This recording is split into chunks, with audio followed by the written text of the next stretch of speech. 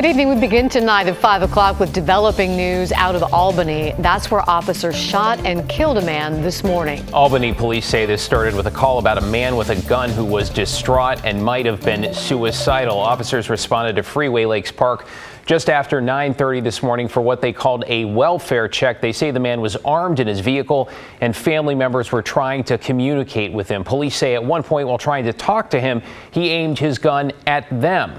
Two Albany officers fired their guns, killing him. Both are now on leave, which is standard procedure. Nobody else was hurt. The Corvallis police are now leading that investigation. The Salem Police Department is launching its body cam program next week. It's taken a while. This has been a 2-year process with budget approval from the City Council.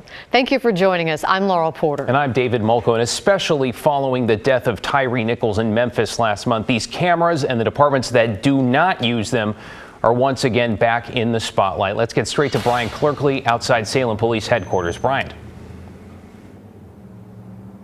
Hey, David and Laurel. So police will be launching this program on Monday. That's when all the Salem police will be wearing these body cameras, and the cameras will be worn by staff working patrol and by detectives out in the field. And police have been trained with this new equipment, and they say that this will help with community trust and holding both officers and the public accountable. And it has been a long road for the department to get these devices. It's taken 2 years of planning, even as many other police departments have used body cameras for years. Salem police had to set a budget, work with stakeholders, select the vendors, then test the cameras. Patrol cars will also get in-car video along with body cams. This process will be complete by the end of summer. And when an officer goes out into the community, they tap their cameras on for any incident.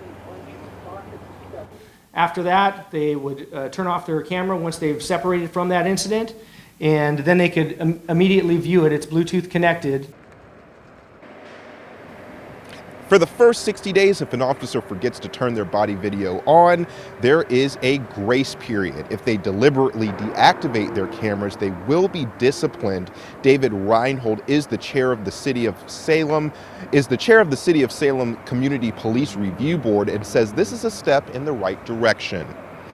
I think it's a good thing for the city as a whole, both from the citizens of Salem and also for the police department. The officers that I've talked to they're very happy about having the body cameras, and most of the citizens that I've talked about are happy as well.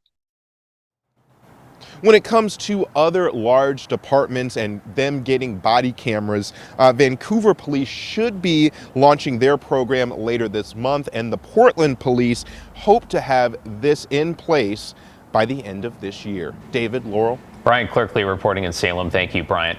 We have an update this evening. A missing Gresham man has been found 3 days after he disappeared. Police say 22-year-old Wesley Ash was located riding the Max this afternoon in Portland. His family had reported him missing on Sunday after he left home without his wallet or ID and did not return. They say Ash is developmentally delayed and needs his medication. There had been searches throughout the community, but again, some good news tonight that he has been reunited with his family. New tonight, Metzger Elementary School in Tigard will close for the rest of the week due to a stomach virus. The school says it spread rapidly among students and staff. The closure will allow the sick to heal and give cleaning crews time to disinfect the building. Any parents with questions can reach out to the school. More than 12,000 people now are confirmed dead in the earthquakes that hit Turkey and Syria, and in towns and villages across hundreds of miles.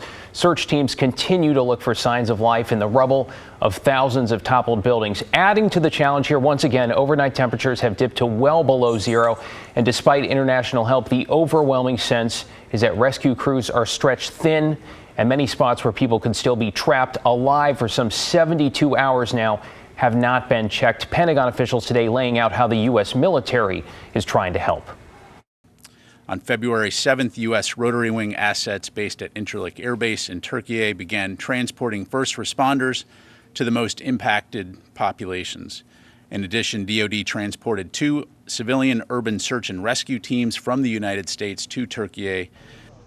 Well, this is now the deadliest earthquake since the one that struck Japan in 2011, causing a widespread tsunami that killed an estimated 20,000 people. All right, let's bring in our Joe Ranieri now. Joe, often in quakes like this, for example, Mexico City, 1985, what collapses versus what's left standing, often right next door, comes down to building standards and construction. Given how close we are right now to the Cascadia subduction zone here, you talk to experts about buildings in our area. What'd you find? Well, David, Scott Burns, a geology professor with Portland State University, says a number of the buildings that have collapsed are very old and made from brick. The difference in the Rose City, he says, many of our buildings have been retrofitted over the last 30 to 35 years and are built with stronger material. More than 20 years ago, Turkey passed building codes to make sure new construction was strong enough to withstand a major earthquake. But the ones that have collapsed are the older buildings. Now, according to the city of Portland, there are 1,600 buildings around the city that are considered unreinforced masonry buildings, and that means they wouldn't be able to withstand a major earthquake.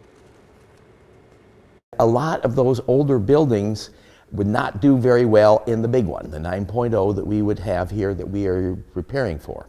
That's why we're going around and rebuilding all of our high schools and eventually all of our grade schools in the Portland area and all up and down Oregon. The state capitol is in the middle of getting retrofitted. It's a huge project that's not expected to be completed until 2025. Burns adds, while we are due for a major earthquake here in the Pacific Northwest, it's important to make sure to have an emergency kit filled with water and food just in case. David and Laurel, back to you. All good reminders. Thank you, Joe. The family of a Washington man missing at sea isn't giving up hope as the Coast Guard continues to search for him. Bryson Fitch was working on a crabbing boat that sank Sunday near Willapa Bay, not far from the Oregon border. Rescuers managed to save 2 other people on the boat, but Fitch was swept away by a wave. His wife and family have also been searching beaches in the area, and they're pleading for others to help. Fitch is a father of 3 young children. We know he's still out there, and we're not going to leave him out there, so we just need eyes on every shoreline. Bryson is a fighter, and if there was anyone, it would be him to survive this. We're all hoping that's the case. There are a number of areas his family thinks he might be. You can see some of them pointed out here on this map. They think the most likely spot is the Tokeland area. Crews say calmer weather and tides today allowed them to do an even more intensive search. Now to a KGW investigation into some new local taxes aimed at helping people who are homeless and preschoolers. Turns out tens of thousands of people haven't paid, not because they're avoiding taxes. Instead, nobody told them how or when to pay. Investigative reporter Kylie Boshi has been looking into this for us. Kyle? Taxes are never fun, Laurel, but this is an especially touchy topic right now after nearly 20,000 letters are going out accusing people of not paying.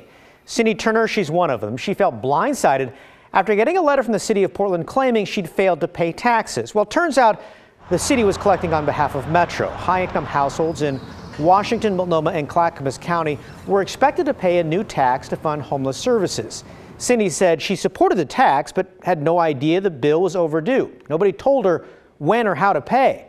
And to make matters worse, the city of Portland threatened to tack on penalties and interest for a tax that, again, she didn't know was due last April. It's just frustrating because I feel like there should have been a little bit more communication and a little bit more understanding the first time out that really taxpayers had no idea that this was happening. And it's not just Metro's newly created homeless services tax. Thousands of people also owe Multnomah County's Preschool for All tax. So tonight at 6, we'll take a closer look at these taxes, who owes and what's being done to collect. We've definitely got some tough questions for both Metro and Multnomah County. That's on The Story tonight. Looking forward to that. Thank you, Kyle.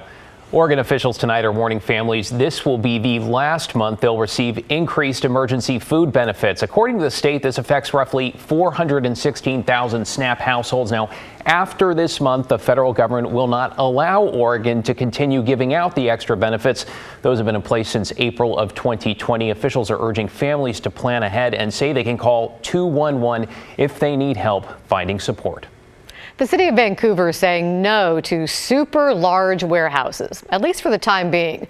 City officials have a temporary moratorium on applying to build them, while officials study the long-term effects of the buildings. Tim Gordon joins us now from Vancouver. Tim, this is kind of a bit of a switch. Usually cities are trying to attract new business.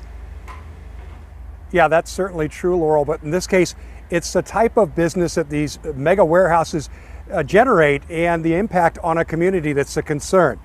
We're talking about buildings like one that is planned for this parcel of land here just off of Fruit Valley Road that's not covered by this moratorium. This site will likely become a 365,000 square foot warehouse. And although we don't know for sure for what purpose, the developer has worked with Amazon to build warehouses in the past. And that's a concern for those advocating for neighbors in the Fruit Valley neighborhood. I do think it's really important to not subject minorities and poor people who are already impacted by these projects to more of it without them having a chance to weigh in. Applications for this site and 7 others by various developers were the red flag leading up to the end of last year. And it had the city's community development department asking for time to study how many is too many when it comes to mega warehouses on limited industrial land. The city noting they don't generally bring lots of jobs or pay that well. That's where the main concern is. I mean, there's some other concerns about pollution and impacts to neighborhoods from these very large warehouses. And we're talking a scale that we haven't seen before. Chad Eichen says the city set an emergency moratorium in December for plans for warehouses 100,000 square feet or larger. This week, the city council approved keeping the moratorium in place until May, but for warehouses of 250,000 square feet and up. They heard from business interests wanting no moratorium at all. There's a lot of risk with a moratorium. It is a real, the word that was used by a lot of developers, blunt tool to just halt development. To be clear, warehouse building is underway in Vancouver, and there are many uses for the space, which can be shared by smaller businesses. But new plans to fill large open spaces with huge warehouses is on hold, as the city considers how many mega warehouses it can handle and where they should go. We also recognize that e-commerce is here to stay. We're not trying to exclude them. We just want to make sure we're responding to some of the concerns that have been raised. Again, this temporary moratorium is in place until May, but it's very likely that community development's going to ask for another 6-month extension on that so they can really study this closely, talk to the community, and come up with a plan. Back to you. Tim Gordon reporting tonight. Thank you, Tim.